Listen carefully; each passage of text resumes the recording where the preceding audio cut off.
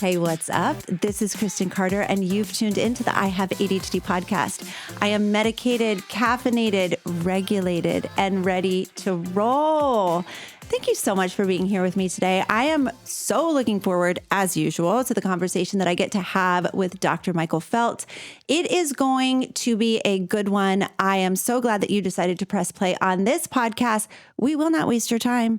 This will be worthwhile, so stay tuned. As we get rolling, you know that I'm going to ask you to press the like button, hit that rating button, 5-star, please. That would be great. Any kind of interacting that you can do with this podcast, here's what it does. Number one, it gives Kristen Carter a major dopamine hit, which matters. My dopamine deficiency is very severe. So if you could give me a little bit, that would be amazing. Number two, what it does is it makes it so that other ADHDers will find this podcast and get the information that they are craving, that they are needing. Conversations like the one I'm going to have today, where we're going to bring you some extremely useful and research-based information on ADHD and all of the things that it takes to function at least let's just function with this, shall we? And maybe even we could get to thriving. That would be amazing.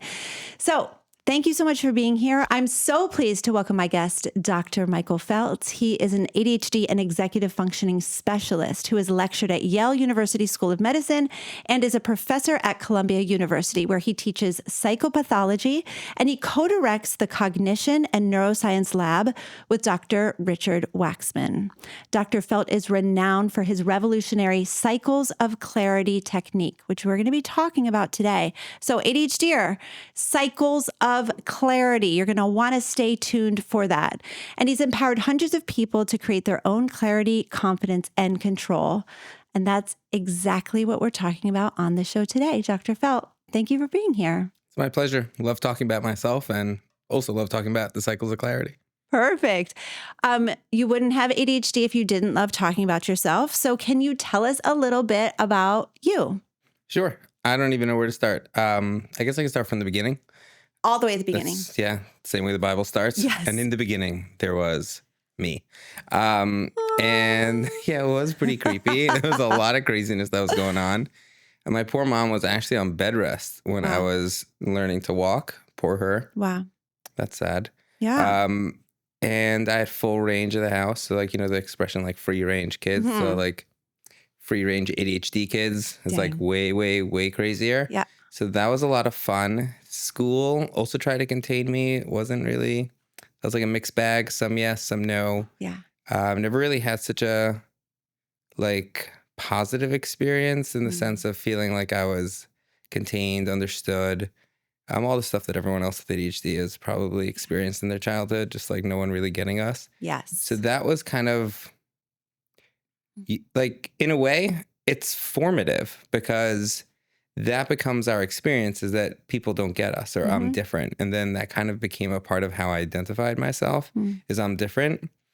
And it's only now that I'm an adult and realizing that there's so many other millions of people just like me who are also unique and different, just like me. Yes. But it still feels good. Yeah. So childhood was kind of interesting, kind of figuring that out. And I guess it took a lot of therapy to kind of go back and retroactively heal that. Yeah. And find this acceptance that I'm talking about now, as if I'm fully healed. Totally the best, totally healed. But on the other hand, it's I still struggle with my insecurities. I think just like everyone else with ADHD, because of a lifetime of growing up being inadequate, not getting what's going on, just wondering how the heck everyone else is able to just be normal and get stuff done. And so that still plagues me every now and then. Yes. More now than then. But that's kind of the way I identify myself, as just another unique and special person with ADHD who's struggling to accept myself in a society that's still working on it. When were you diagnosed? When did my parents know? When I ran away from home 3 times before I was 6? Or when did I get a label from a doctor? When did you realize you had ADHD? So I didn't realize anything, because even as a kid, when they gave me the diagnosis and the meds, which my dad was pretty nice about it, right? You know, the whole dopamine deficiency thing, and like you just need a little pill to make it a little bit, you know, it's like taking, I don't know, like having diabetes and needing to get insulin shot. That was nice. But I guess from 6, I've been medicated since 6. Okay. And it's been great. It's been great. Yeah. What has medication given you? Life. Say more. I just feel like on days that I don't, like I've been through that phase where I'm like, I don't want something to control me. Yeah. And so then I don't take the meds. I feel like floppy, or like I find myself buying another 2 pairs of Uggs that I don't need. Yeah. And I'm just like, I can't really get myself to be as productive as I want to be. So even though with the meds, I'm always nauseous and I have this like appetite issues and like I get these weird like flutters of blood pressure in weird places on my body. And then I try to show people and they're like, what are you showing me? Look, my arm's shaking. How and ADHD is that? Like, it is, check right? this out. Look at this. It's so cool. Like, bro. But I feel like it's worth it because it's the price of productivity for me. I feel like we could stitch that on a pillow, put that on a t-shirt, put it on a billboard, like the price of productivity, because every pharmaceutical is going to have good and bad that comes with it. And the question is always, do the benefits outweigh the costs, right? Yeah. And so when you say it's the price of productivity, the benefit outweighs the cost. For me, right? And I think that you had a good point, which is like, that's with any pharmaceutical. I would expand that a drop and say it's like with anything in life. There are people in our lives who are more benefit and some of them are more harm, right? Yeah. There are things in life that we do that are more benefit or more harm. Wow. And then we have to constantly be evaluating, is this something that's more helpful for me or more hurtful for me? What I'm so curious about with you is you've been extremely successful. How have you managed and at what cost? Ooh, tough question. I'll split them into 2 separate questions. One, how did I manage? Sure. And then at what cost? How I manage is by being super in touch with myself, constantly aligning my behavior with my values. Every single Saturday night, I sit down and I plan my week since I was 16 years old. I plan out, I have a whole like system. I have it. It's like the Felt 5. It's 5 questions that I ask myself. And it's really set me on like my path. And then like every beginning of the year, like for instance, now we just finished the Jewish New Year, right? So there's Rosh Hashanah and Yom Kippur. So like that's about like repentance, which is really the idea of refreshing, right? Being able to restart. So I try to take advantage of these like kind of set times in the year. For me, religion provides structure and I try to take advantage of it. Yeah. So I'll sit down in the beginning of every year and I'll plan out, hey, so what I want from this year. Like in a way, for me, repentance is reconnecting. And that's what it's about. It's about a relationship and me reconnecting with that relationship and strengthening that relationship and recharging it. So it's a relationship both with myself and with my creator. Yes. And it's something that's deeply meaningful for me. So it's like, it's empowering as I sit down to do it because I feel connected to something greater. And even if like for all the atheists out there or people who don't necessarily share this, that's fine. It's still connecting to myself. Yes. And that also I find has tremendous value for me. And so I'll sit down and I'll plan out, what do I want from this year? It's very much Stephen Covey-like. Begin with the end in mind. I have this little squish, like a squishy butt that says butt first, like B-U-T-T first. Get it? Begin with the end in mind. And I use that butt first for like when I want to like, you know, just totally rock some avoidance before having to do work, like checking the news again, before having to get a paper done. Then I have this like little squishy stress thing that says like, but first, and then I remind myself, but first, do the effing assignment or the report, then check the news. I'll even like something I call self-seduction is where I'll tell myself, let's just do one line. One line's an easy ask, right? Just get in here with that one line. Yes. Yum, right? Yes. Not bad. Then once I'm there, like I do some push-ups also, right? My wife was like watching me do push-ups. She's like, how much was that? It's like, just 20. She's like, why? I was like, well, I tell myself just 2. Yeah. And then 2 is pretty easy. But once I'm on the floor, it's kind of like, all right, fine, I'll crank out another 20, right? So it's a similar idea where once I have a clear idea of where I want to be, then I could seduce myself to get there by doing those itty bitty steps until eventually I could land at where I always wanted myself to end up. So it's really like this combination of both utilizing this like big picture, long-term planning with some very efficient, like short-term self-seduction. Okay, so let's talk about self-seduction for a second, because I think myself as an oppositional person, when What does that mean? Tell me more about that. I would get angry at myself for trying to trick myself to do more. Oh, I love that you brought that up. Yes. Do you That's a ever real experience thing. that? That's a real thing. In fact, personal integrity is super important. And not only that, as an aside, when I do that whole like incentives with myself, Sure. then I'm extra like if I told myself I was gonna get a donut for like doing Then things, you're gonna get I go and I buy the donut, even if I'm not gonna eat it. Yes.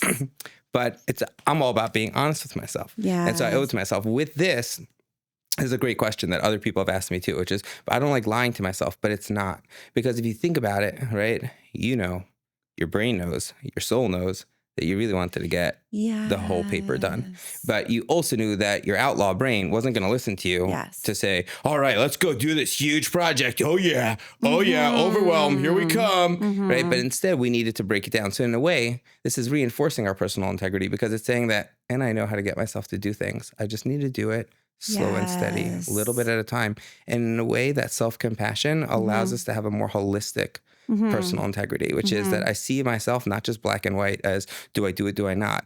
It's not about forcing myself to do things. Yeah. Sometimes I'm allowed to treat myself like I would treat another person with respect. And I do love the idea of like getting started can be some of the hardest work. So if I do get myself started, like for example, with the push-ups, which I don't do, but I want to be a person who does, but I don't do them. But if I were to get myself down on the ground and be like, just do 2, I would be like, well, I'm already here.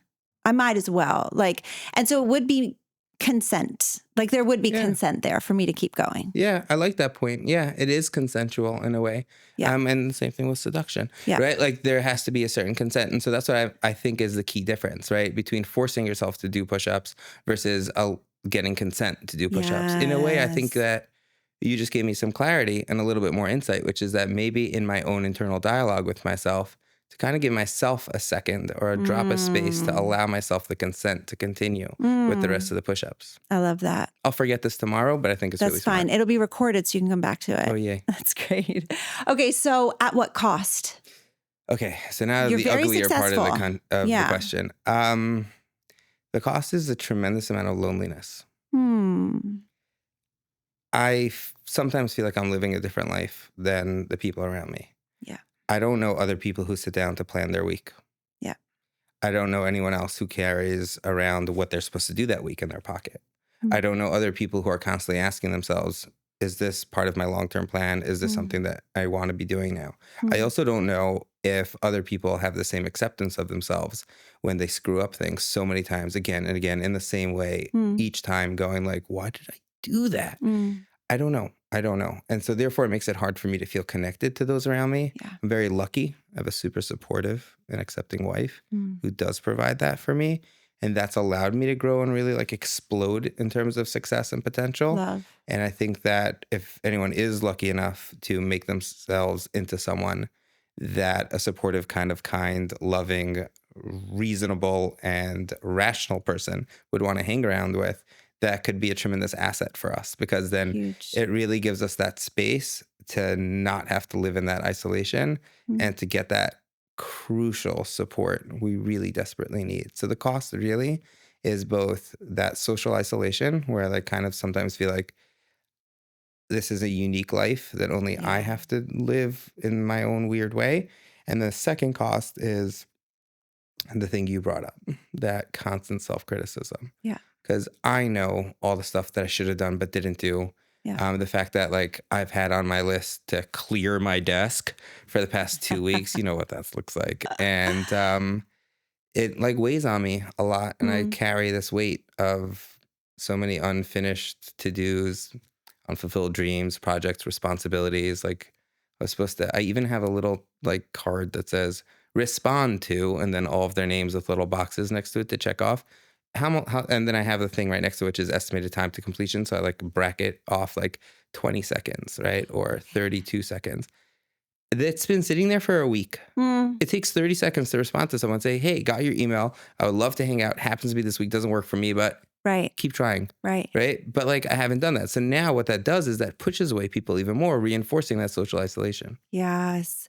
Gosh, I resonate with that so much. And I think that so many, like, especially high achieving ADHDers relate to the loneliness and the isolation and I feel like I'm the only one in this position, the position of like maybe wanting to make the plan or even just like setting myself time alone to do XYZ.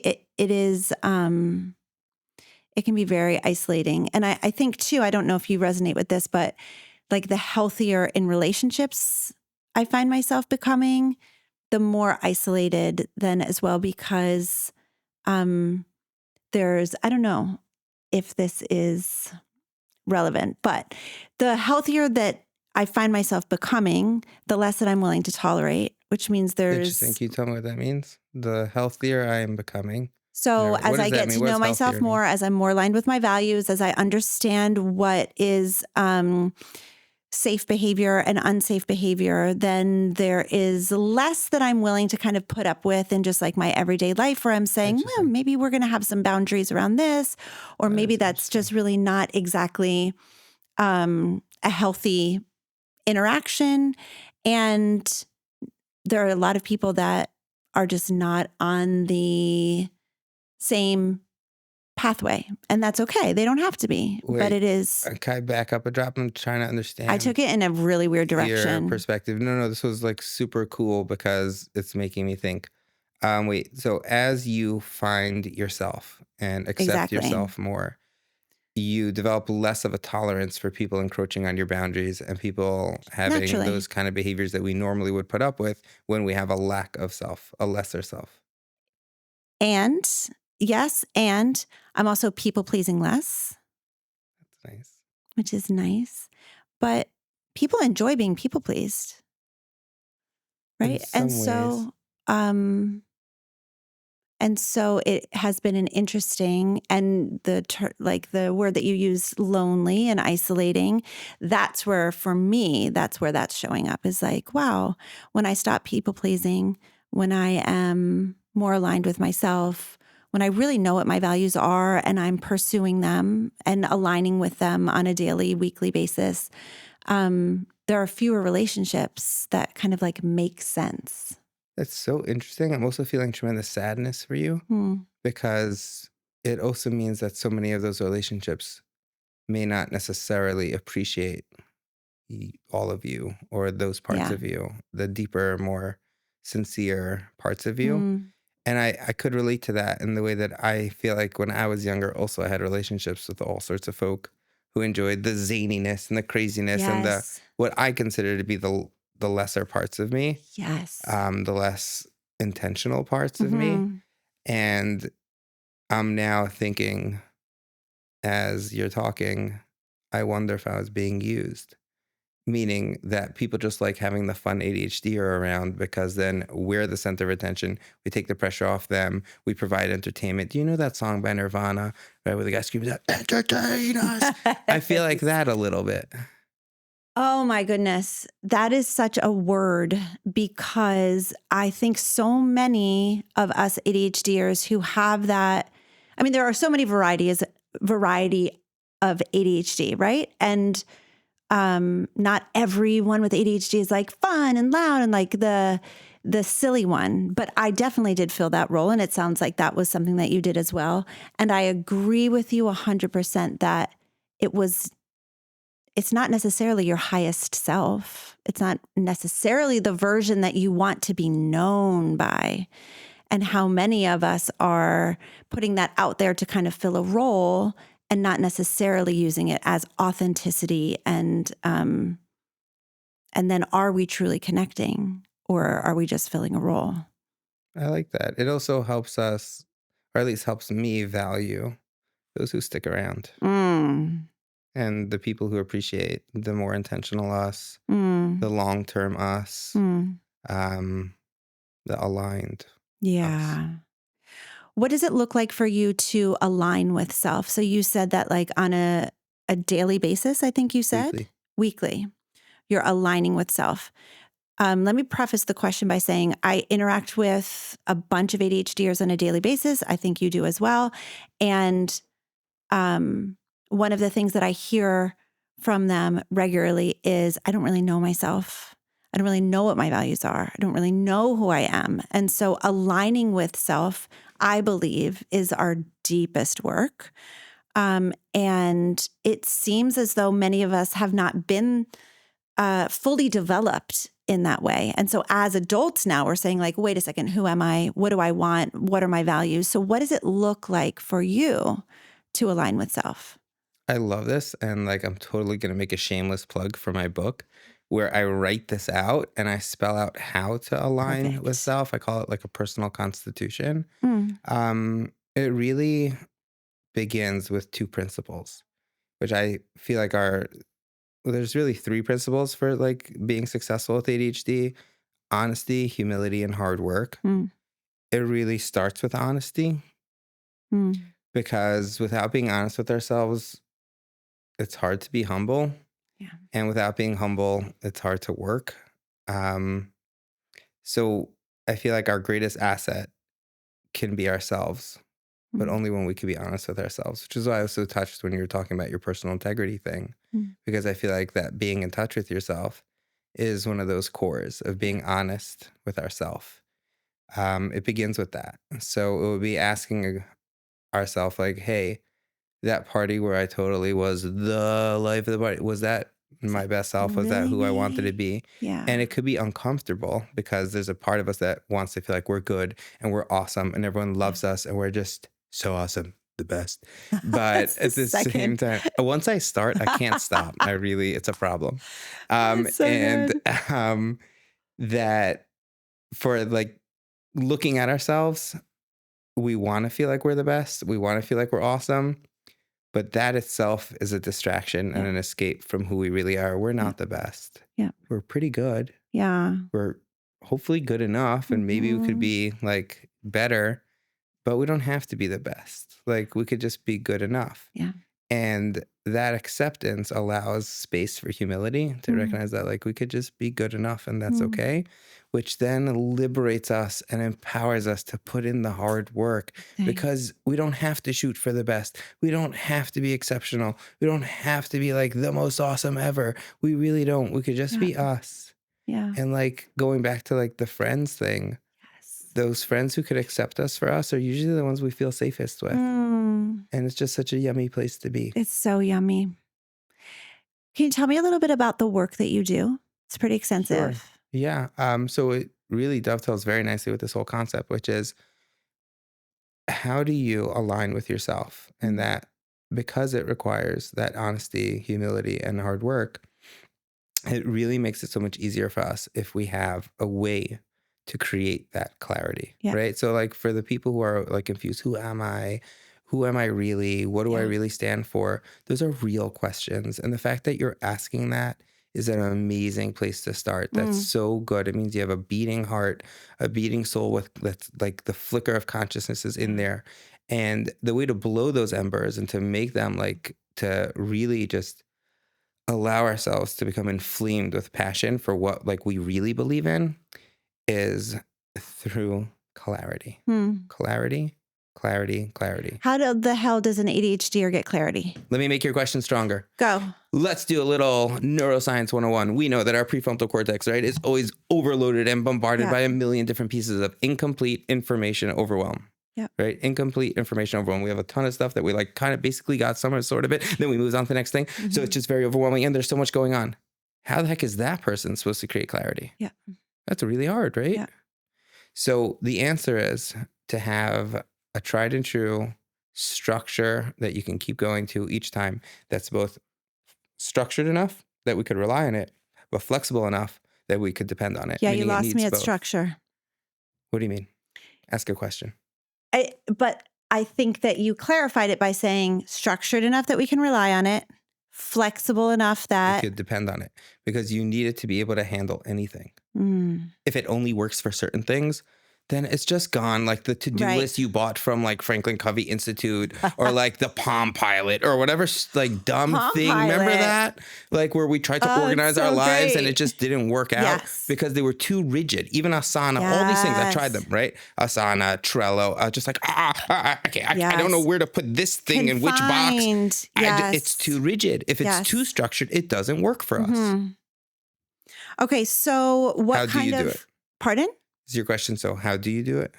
Yeah, which is very broad. I know that's too broad of a question, but how are some of the ways that you help ADHDers to gain that clarity?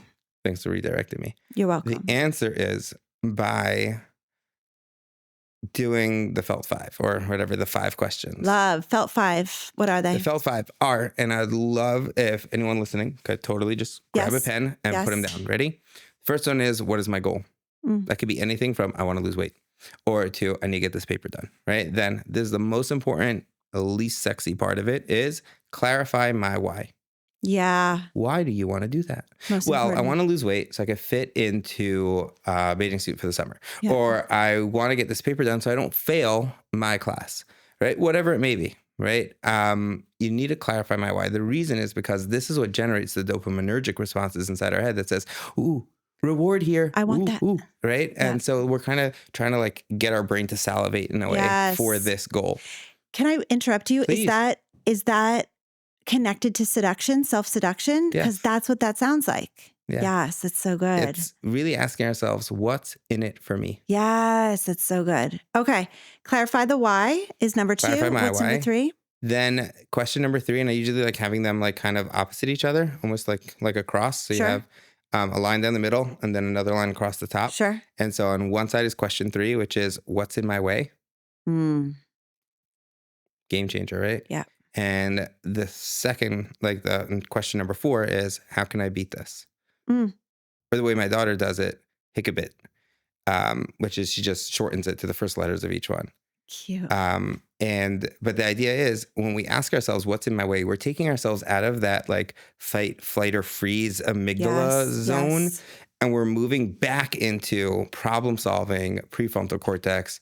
Okay, what's in my way? Instead of, can't deal. I just can't deal. Yeah. We can now actually start looking at, well, which parts of it are like, what's in my way? Yeah. It reframes the whole thing and more importantly, turns on our brain. And so then on the next question, you're able to then answer yourself, how can I beat this? And you just do it one line by line, right? So if what's in my way is we always have donuts at home. So then I guess the solution would be like maybe talk to mom about not always having donuts around. Or if we need to have them because dad needs donuts, then maybe we could leave them in a top shelf where I can't see them. Fine. Or let's say something that's in my way is I don't know where to start researching for this project. Ooh, great question. So then in the how can I beat this, ask Josh. Yeah. He knows everything in class. So let me just text him. Yeah. Then the final question is when we bring it down to reality, which is what's the next physical action I need to do to get this started? I just call it NPA, next physical action. What do I need to do to start? And it literally means the next physical action. Pick up my phone and text Josh. Yeah, yo, bro. that's good. Where do I start for this research project? Right? Or, hey, and you mom. look at that and you say, I could do that. Right? Self-seduction. Bam. Yes. Dude, it's like, so you have this giant goal of I want to lose weight, right? And or let's say I want to start this huge project, right? Or this giant paper. I want to write it. Why do I want to write it? Because I want to just get this over with so that I could have a decent like midwinter break and not have it weighing on me, right? Or so that I could pass the class. Okay, what's in my way? I don't know where to start, right? I don't know what books to look up. Okay, so I had the answer is, okay, I'm going to start by making an outline. That was number 1. In terms of books, I'm going to text Josh. Next physical action is open up a Word doc, right? Click Word doc, put in outline for project. And then the second thing is I'm going to text Josh. And then I often add that little timestamp at the end. How long will it take you to start that outline? Usually 12 seconds, right? Or to text Josh, 3.5 seconds if you're really good with QWERTY. Yeah. And that's it, done. You can have this giant goal that comes down to this tiny little thing. And hey, I could do that. Wasn't all that bad. It is such a perfect way to break down the overwhelm, like, and cut through all of the noise. Exactly. That's what that sounds like for me, is like cutting through the noise. Creating clarity. Yeah. Man, that's good. It's amazing. Game changer. In what capacity do you work with ADHDers? Are you a coach? Are you a therapist? Like, tell me All the about above. all of the above. Basically, like I think we spoke about in the beginning, right? Before the show, sorry. Yes, before we started We recording. spoke about how awesome coaches are. Yes. And one of the advantages of being a coach is that you could really push people to be who they want to be. Mm-hmm. And I feel like with ADHD, we need more of that. Mm-hmm. As opposed to like a therapist where there's a tremendous need for therapy because of that whole self-acceptance thing Yes. and being able to kind of work through the self-compassion and like even basic social skills, right? But there's also like a tremendous burden that we carry of like the lifetime of inadequacy and shame and all those relationships that we were disappointments in. Yeah. So there's a tremendous space for therapy that I think helps that. Absolutely. But in terms of like productivity, I feel like coaching is the best thing to do that. So again, it's a 1-2 punch, right? You need the therapy to kind of unlock or like kind of break open those parts of us that might be too scared to move forward or not accepting of ourselves enough. And then the coach to kind of push us there where we need to get to. Now, there are some folks who are good and they're great. Right. They don't need any of the therapy stuff. Sweet. I say go coaching all the way. Right. Right. And so what I do is I'll try to determine based off of the needs of the person what they need or what they want. Right. It's their body, their choice. So they can tell me what they want. And I'll do whatever works. Isn't coaching so fun though? Oh, it's so much fun. It's so much fun. You get to yell at people and they like it. And I do not saying, yell at people. Thank you. Thank you. I maybe yell at people a little bit. That's so You have true. to yell with a smile. Say it again. You have to yell with a smile. I yell with a smile, and I do have like the mom eyes because I have 3 kids, and I will be like, oh, you know, mom eyes are hard like to give say them no the to. big mom eyes, which I think is important. Very important, Yeah. especially if you just viewed it from that therapeutic perspective. It's very reparative. It's like a positive, encouraging, I believe in you, mom. Yes. Rather than what most of us have to go through, which is why can't you just do your homework, mom? Yes. Oh my goodness. What was it like for you in your family? Do you mind talking about that a little bit? Sure. So my dad has ADHD. Okay. But he grew up in England. Okay. No offense, England. But they're like 40 years behind on like almost everything. So like he didn't know what it was called, what it was, or and I'm pretty sure they just basically beat him to get him to like pay attention and this and that. And in the schools. Yeah, duh. It's England. Dang. Bring out the hickory stick. Oh my Bend over. That's England. It's craziness. Wow. That's why I don't visit there anymore. I'm just like, no. I'm not going backwards in time. No. But again, thanks for discovering America. That was great. We love you for that. Awesome. But we got this from here. So the point is, British listeners, we adore you. And we just are sending hugs. Moving on. And tea. So the point is that for my dad, he kind of had to figure it out on his own. Yeah. And he was really supportive, meaning he would help me break things down. I still remember like for tough classes, he was the principal of the school, which is really awkward for me. But he would say, tell me what's going on, or tell me the class, like what are you learning now? Yeah. You know how hard that is for a guy who's just like sitting there spacing out in class? It meant that I had to like actually think. Yeah. But that kind of allowed me to piece together little bits of here and there and empowered me to actually work hard and get the stuff I needed to do. Amazing. So that was really helpful. My dad was also the one who like told me to keep a journal. He said, just keep writing everything in there. What Very part helpful. of you listened to him? Because I mean, so many of us ADHDers, people say, keep a journal, keep a schedule, write down your goals, make a list. And we're like, yeah. I think the answer is relationship. Oh, say more. Meaning when people are telling us, it's like when you're like pushing your baby outside and go, that kid, they need a coat. Yeah, thank you. Have a good day. When you push this kid through in labor, you could tell me what to do. Yes. Right? Okay.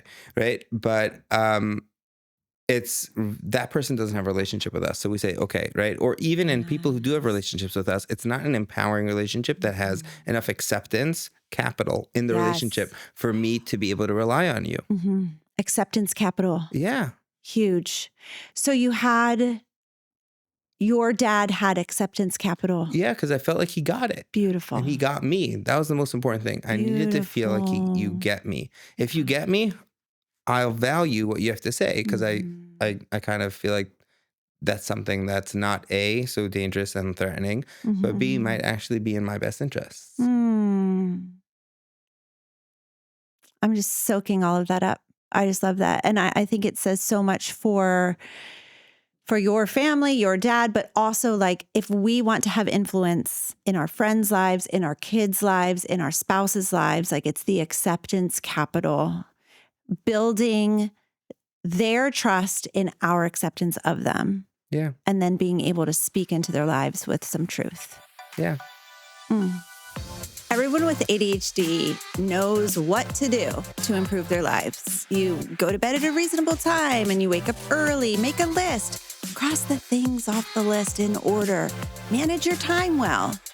Yeah, we know what to do, but ADHD is not a disorder of not knowing what to do. It's a disorder of knowing exactly what to do, but not being able to get yourself to do it.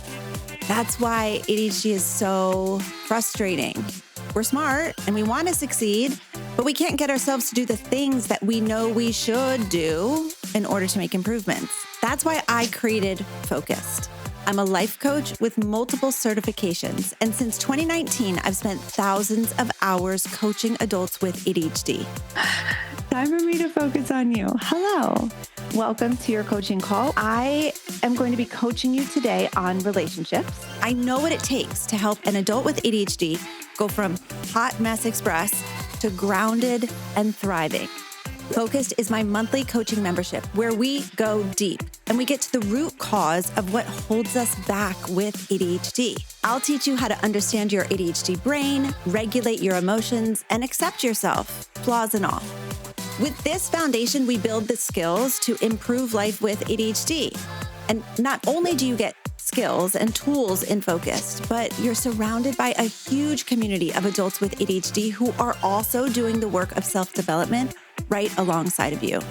Dr. Ned Hallowell says healing happens in community, and I have absolutely found this to be true. As a matter of fact, listen to what actual Focus members have to say about being in this program. What can I say about Focused? Full community of people who have issues similar to you, and no one judge you.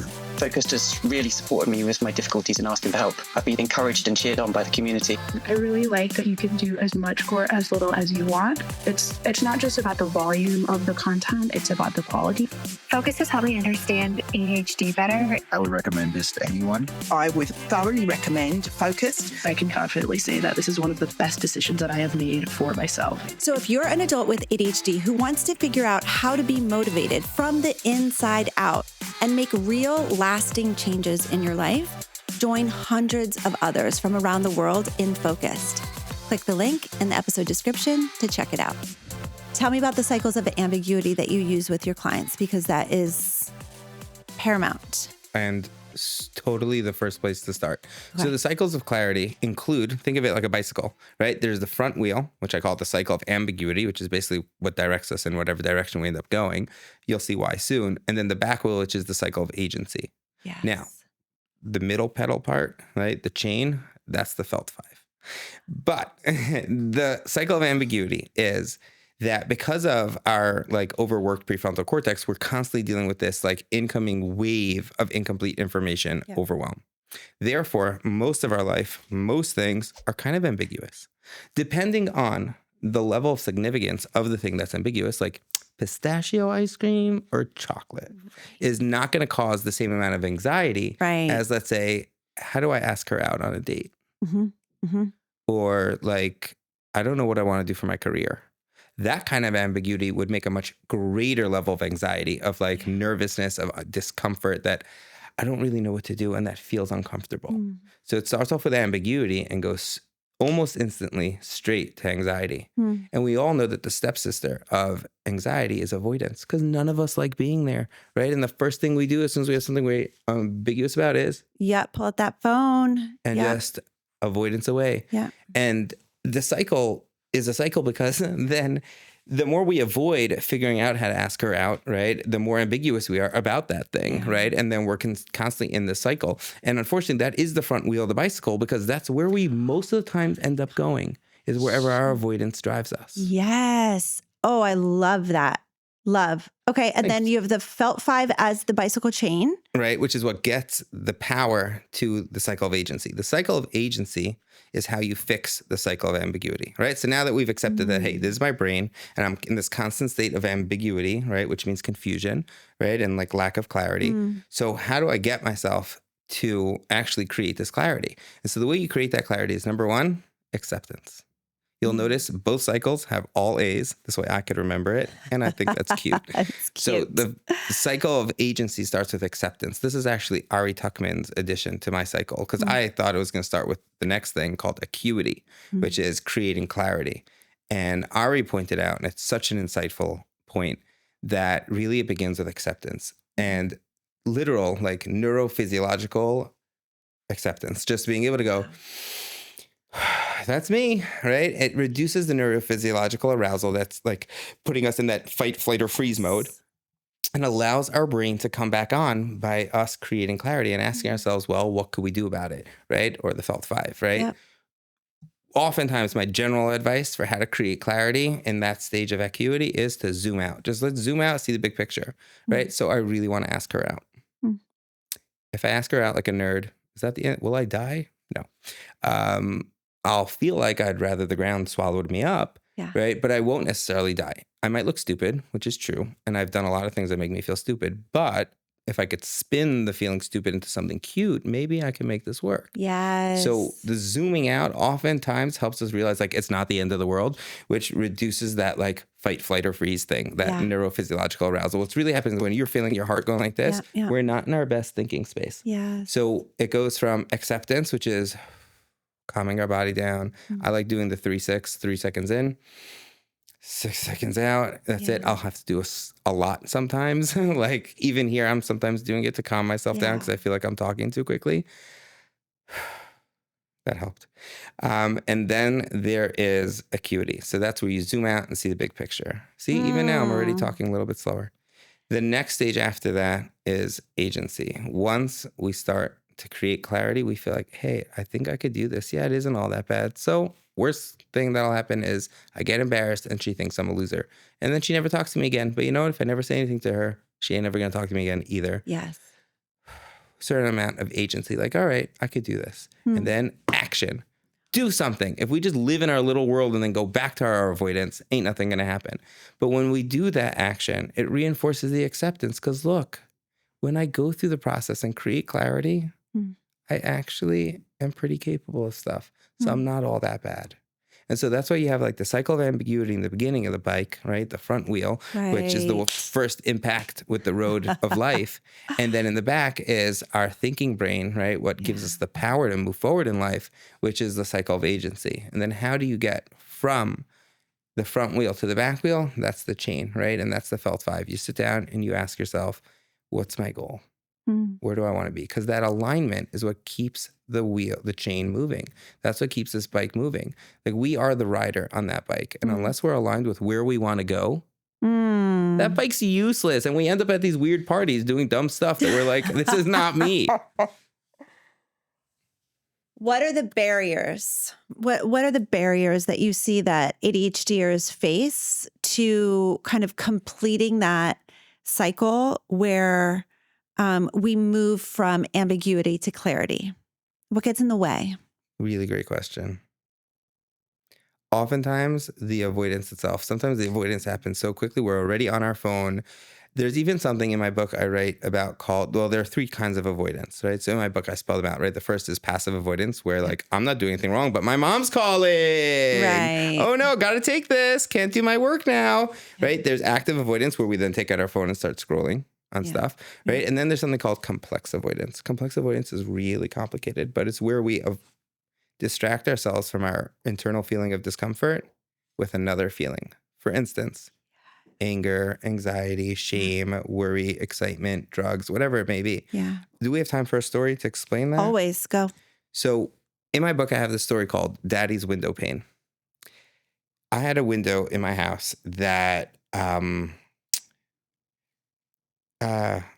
needed a little extra TLC because when I was really poor in college, I picked up an AC that someone, curb alert. I was like, oh, sweet. It's got like 200 BTU or I don't even know what.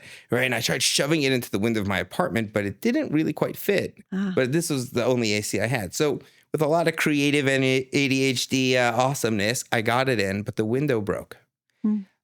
Years later, when we were able to afford a real AC in our house, so we took it out of the window but now I had this window that didn't really close. Yeah. So I locked it, those two tabs. I just locked it and I was like, I told the kids, don't touch it. Hope for the best. Yeah. Then just recently, I think it was 6 months ago, we were getting ready to fly away for summer vacation. And in the morning, so obviously you're up all night packing when you should have done it a week ago. So I went to bed super late and all of a sudden I get woken up to a massive crash. I run into the kids' room and I see the window completely open, the entire window pane on the floor on top of my daughter who has blood on her face and my 2-year-old, my little boy also both screaming. And my older girl was and the first thing I said was, I'm scared. I told you not to touch that window. No. What the heck, right? These poor little kids, they just got hurt. Their window fell onto them. What just happened? And I was just losing it. Yeah. And my wife, sensing something was amiss, comes into the room to be the rational human being in the room. Thank God for her. And she said, maybe you might want to take a little walk. No, I'm going to fix this window. And I took the pane and I shoved it back in. Oh. Then I wedged it in and then grabbed a drill and then drilled it through. And then I must have done it at the wrong angle and the glass shattered. And now I'm even more pissed, right? And I storm out of the house, leaving my wife, hopefully, to clean up the mess, right? Gosh. I don't know if anyone here could relate. Don't judge me. Don't call Child Family Services. This We're only good. happened once. The point is that I come down and I'm like, what did I just do? Yeah. All they were trying to do, these little sweet kids, was to look at a squirrel that was climbing by the chimney. Oh. That was their big sin. Oh my Yeah. God. And I was thinking, I told you not to, when was that? That was years ago. So my daughter was probably 3 or 2, and my 2-year-old wasn't even born yet. So what was I even saying? Yeah. And then it hit me. Do you figure it out? Please don't put me on the spot. Okay. I'm scared. Good. I want to say it anyways. Good. Which is that I realized that instantly, as soon as I saw that, I blamed myself. I should have fixed it.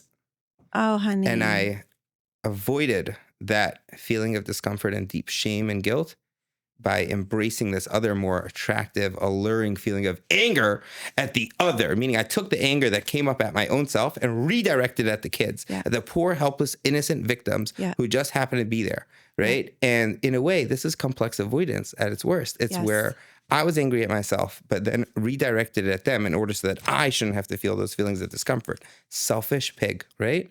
Wow. And when I was able to see that, I smiled at myself. I was like, wow, that goddamn avoidance. Yeah. Oh my gosh. And I was able to kind of take a couple of seconds to kind of accept myself that, listen, it makes sense. Listen, that was years ago when you did that. You didn't have the money to get a new one. Yeah. And so now that oh, you did. Yeah. But you're also working so much harder and doing so much more. And it's kind of normal that these things kind of slip by. And it's not the worst thing in the world that you forgot to fix it. And no one could have anticipated that your kids would have climbed up onto the window, trying to hold onto it to see a squirrel on the thing, even though we live in New York and there's tons of squirrels. But still, it was pretty reasonable. I wasn't all that bad. Yes. I'm not such a horrible dad. Once I was able to accept myself, zoom out of the picture and realize no one died. You didn't do anything horrible. I went back upstairs where my wife was holding my 2 kids who were hurt, and I apologized to them. I said, I'm really sorry. I was mad at myself for not fixing this window and not keeping you safe. And that makes me feel really, really bad. And I couldn't handle the feeling in the moment. And I yelled at you instead, but you did nothing wrong. You did nothing wrong besides for relying on your daddy to have safe windows. And that's the story of Daddy's window pane. Oh my gosh. Thank you for sharing that. That's very vulnerable. Yeah, that was intense. That's a very vulnerable, tender moment with your kids. And scary. And scary. I want to honor just that very human response of feeling the shame so intensely, but it being so fast that your anger takes over. And I think so many listeners will relate to that. And I just want all of us to like take maybe a pregnant pause of like, how often do we do that where we're throwing our anger at ourselves onto someone else because it feels so much more powerful, doesn't it? Because I'm so much more powerful when I'm angry at someone else than when I'm just like really upset that I just didn't do the thing that I know I should have done. Yeah. It's almost like Michael's law of yelling from The Office, right? That when you get yelled at by your boss, then you go and you yell at your coworker who then comes home and yells at their spouse, who then yells at their kids, Yeah. who then yells at the dog. Yes. Yeah, it's a little bit like that. Wow. Like when we yell at ourselves, we then yell at our kids, which is why it's so important to focus on acceptance, on accepting ourselves. This is us. Yeah. God doesn't make mistakes. Like, this is the way he made me. I am who I am. Just to quote Popeye, like the eternal wisdom of that. Like, this is me. This is us. This is who we are. And not accepting ourselves ain't going to help. And beating ourselves up, how'd that work out for you? Right. That's one of my favorite questions to ask. And I know it's very like annoying for a client or just a person to hear it. Like, how's it working? How's it working? You know? But I think that when we're confronted with that and we have to sit with like, how is it working? Like, is it? The answer is usually no, it's not. What do you think the steps are to self-acceptance? Because I think that is, I mean, I know it's so much more than like a soundbite. It's like years of work. But if you could zoom out, how do you help clients with self-acceptance? It's a really great question. How do we work on self-acceptance? There are two answers. The first is relationally, by being accepted by another. There's nothing greater and more powerful than the lived experience of feeling that acceptance from someone else. Yeah. Even a higher power. For those people who believe in that, there's so much love and warmth to be felt by your higher power. The second way, in a practical sense, is really to augment our internal dialogue, the way we relate to ourselves. The way we talk to ourselves, the way we feel about ourselves, the way we Yell at ourselves. Yep. I just completed a course with my program and it was on quieting the inner critic and like how we can improve the experience of just like being ourselves, like just like not about productivity or what your output is, but like how can you improve your experience of being you? And I just think that for someone with ADHD, for maybe just humanity in general, like if we could all just work on that, like not hating the experience of being me, so much would improve. Yeah. Yeah. Make acceptance, not war, with ourselves. Yeah. I don't know if that had the same hippie acceptance back then. It wasn't as cool. Oh my gosh. To graffiti on highways. But yeah, I think you're right. It does start with accepting ourselves and really treating ourselves with the respect that we inherently deserve, which is giving ourselves that self-compassion, accepting ourselves. It's really that's why it all starts with honesty. Like when we're honest with ourselves that I'm just another flawed human being like everyone else, big whoop. Yeah. So I screwed up. So I messed up. Or so I succeeded. Yay. Millions of people have messed up. Millions of people have succeeded. And they're always going to have bigger ones than us. There are people who have bigger losses and bigger fails than us. And there are people who have bigger successes and bigger wins than us. I'm just another human, just like everyone else. And we just do our thing and it's okay. It's not all that bad. That sounds to me like the zooming out effect that you talked about earlier. Yeah, that's so good. I love it. Talk to me about DSA. What's that? Yum. Thanks for bringing it up. You're welcome. DSA is my acronym for one of these like unique ADHD phenomenon, which is delayed sensory affect. Yeah. Where because of the stream of stimulation constantly coming in through our head, we oftentimes don't notice or are unable to properly attend to our internal cues Yes. to the degree that they need to be. I illustrate this with an example again from my kids, which is called the I have to make story, which is if, as any parent or very loving uncle or aunt knows, when you have the kids watching their like favorite show, right? And you say, anyone need a drink? No. Anyone want to eat? No. Anyone need to make? No. Nothing, right? Everyone's fine. No, right? Get out of the way, mom. Right? And they're just glued in on the screen, right? That stream of stimulation, just boom, stream. They're in that stream, right? As soon as the video's over, I have to make, or I made, right? Like all of a sudden, everything comes screaming out. They're starving. They're thirsty. They have to use the bathroom. What just happened? Now, kids are the most honest things in the world, right? So like when they told us that, right, were they lying? Debatable, right? The way I understand it is that they weren't, because their experience of themselves was, I don't feel the need to make. I don't feel the need for thirst or hunger. Like I don't feel it right now. And it's only after the stream of stimulation subsided that all those cues now, which have just been growing, right, and have remained unmet till then, gotten louder and louder, right, all over the place. And it's a cute example with kids. Yeah, not as cute with us, because we do the same thing as adults. We go from email to meeting to meeting to client to email. And then you come home and then a kid like trips on your shoe and you're like, whoa, what just happened? The answer is we were also in our own stream of stimulation, just more important adult stuff, right? But really the same thing. And therefore, it was only after that stream of stimulation subsided, now we're home, right? We're in our safe spot, that all those internal cues come roaring out. And all of those needs, the unmet needs, come crashing all over the place. Delayed sensory affect. How does that impact ADHDers? Well, because we're kind of slaves to stimulation and we're constantly get caught in our own like stream of stimulation. This could happen to us a little bit more often than it would happen to the neurotypical population. And then how does it impact us? Well, we're nasty to the people we love. We're constantly running on empty. Fine. I get nasty to the people I love. I sometimes find myself running on empty. I find myself in much more compromising positions than I would have rather be in. That's how it affects us. We can't necessarily be our full self because not all of us is present.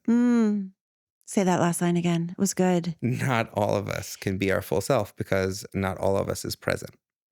Okay. And so what do we do about it? Great question. And the answer is really the same stuff we spoke about now, which is having that like self-awareness of like, oh yeah, this is a thing. So for instance, like here on the way here, right? So I had like all of my like fruit and my vegetables and my stuff. You really did. I saw it. I was witness to it and it was beautiful. Thank you. I prepped. First of all, because I'm on an appetite suppressant. I need to make my food look attractive to me. Otherwise I'm just not going to eat. Yes. So like I'll do some sort of self-seduction for healthy food or even just food, any food. Just get food inside me. That's it. So that's first of all, is I try to make a system. But like if we go back, like now that we're in Philly and I saw all the stuff about Benjamin Franklin, let's just go back to good old Ben.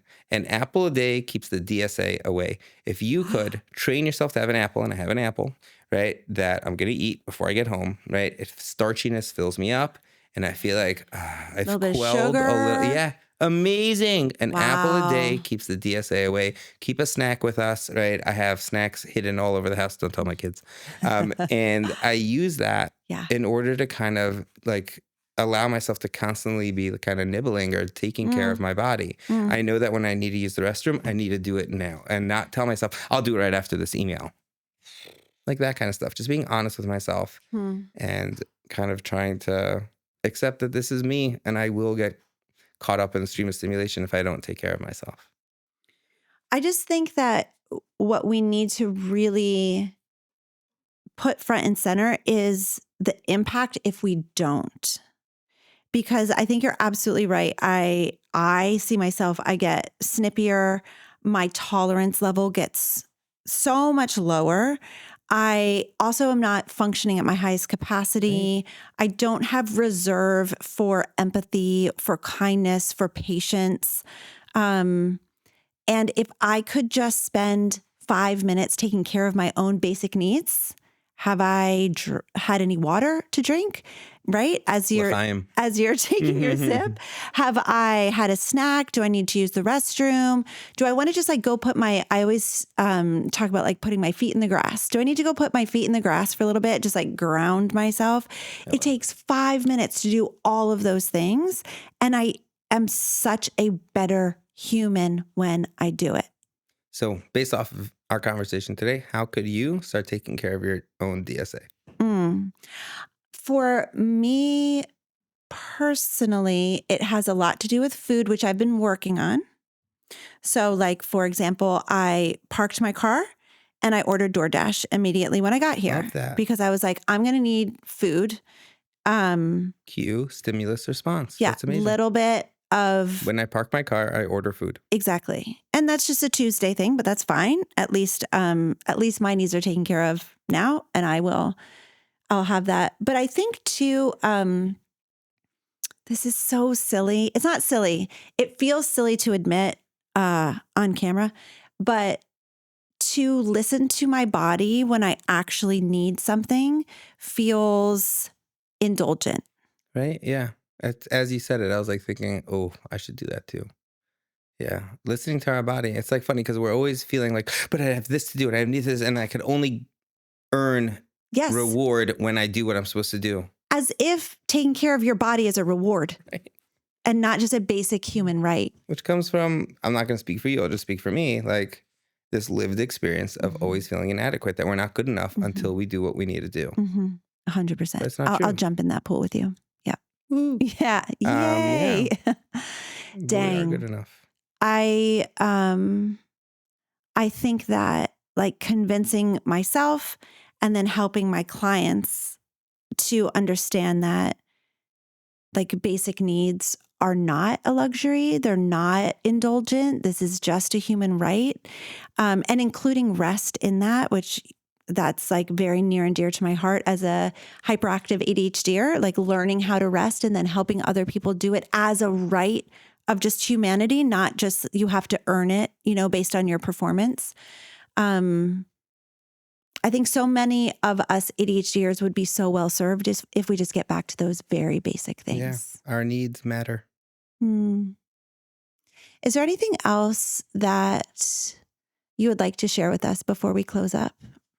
I feel like you have so much wisdom, and I would love to have you on again to talk about your other passions, such as sex. You love talking about sex. I do, especially for ADHD.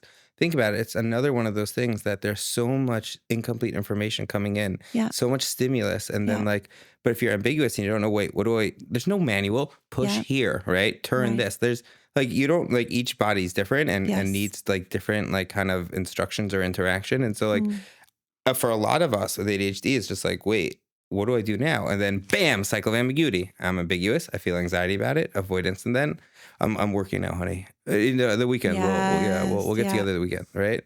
Yeah. Because work, I know what to do. It's sequential. It's familiar. It's point by point. And I get an instant reward every single time because I submit, right? But with sex, it's so much more complicated. Yeah, we totally should talk about it. Absolutely. So for today, is there anything else on your mind, on your heart that you want to share? I felt like you gave me so much space to just share. Good. And I just really appreciate you so much. Thank you. Thank you. Thank you. Thank you for the work that you do. And thank you so much for making the trip. How can people find you? Are you taking clients? And what is the name of your book and where can people find that? So it's 3 questions. Ooh, that's a lot. It's a lot. I'll lead you one by one. How can people find you? Just Google my name, Michael Felt or Nachi Felt. That's Nachi. You can look me up at www.adhddoctor.org for organized sometimes. Then the second question. The second question was, are you taking clients? Yes. Coaching clients, therapy Coaching clients? Both. If they need therapy, then maybe we'll talk about it. Okay. But that's really up to them. I also do evals, meaning for complex diagnoses where people aren't sure what they have. Is it anxiety? Is it ADHD? Is it both? That's my specialty. I actually teach that at Columbia. Diagnostic discernment. How do you tell what we're struggling with? So I do that also. And are you able to see people outside of New York for your evals? For the evals, have to be either in New York or in a state that's PSY-packed. Yeah. Okay, certified. great. Whatever. Well, That's just we like will link the professional stuff. PsyPact website. So if you're listening to this and you're like, oh my goodness, I would love to reach out to him, then you can check and see if your state aligns with PsyPact. And then my third question was your book. My book. I love my book. And it's the best book ever. Oh, is that number 4? I think so. And 'tis the season. Oh my gosh. And my book is written. I'm just looking for an agent. So any agents out there, hit me up. That'd be awesome. It's really going to be about self-empowerment. Wow. How do you control your feelings so that you control your life? Like, how do you create control? That's really it. Oh my goodness. Agents, give him a call. We need this book in the world. Thank you so much. I appreciate you. I really do. We'll link all of your info in the show notes. So anybody listening, if you're resonating with Dr. Felt's vibe and intelligence, go check it out in the show notes, and we'll see you next week.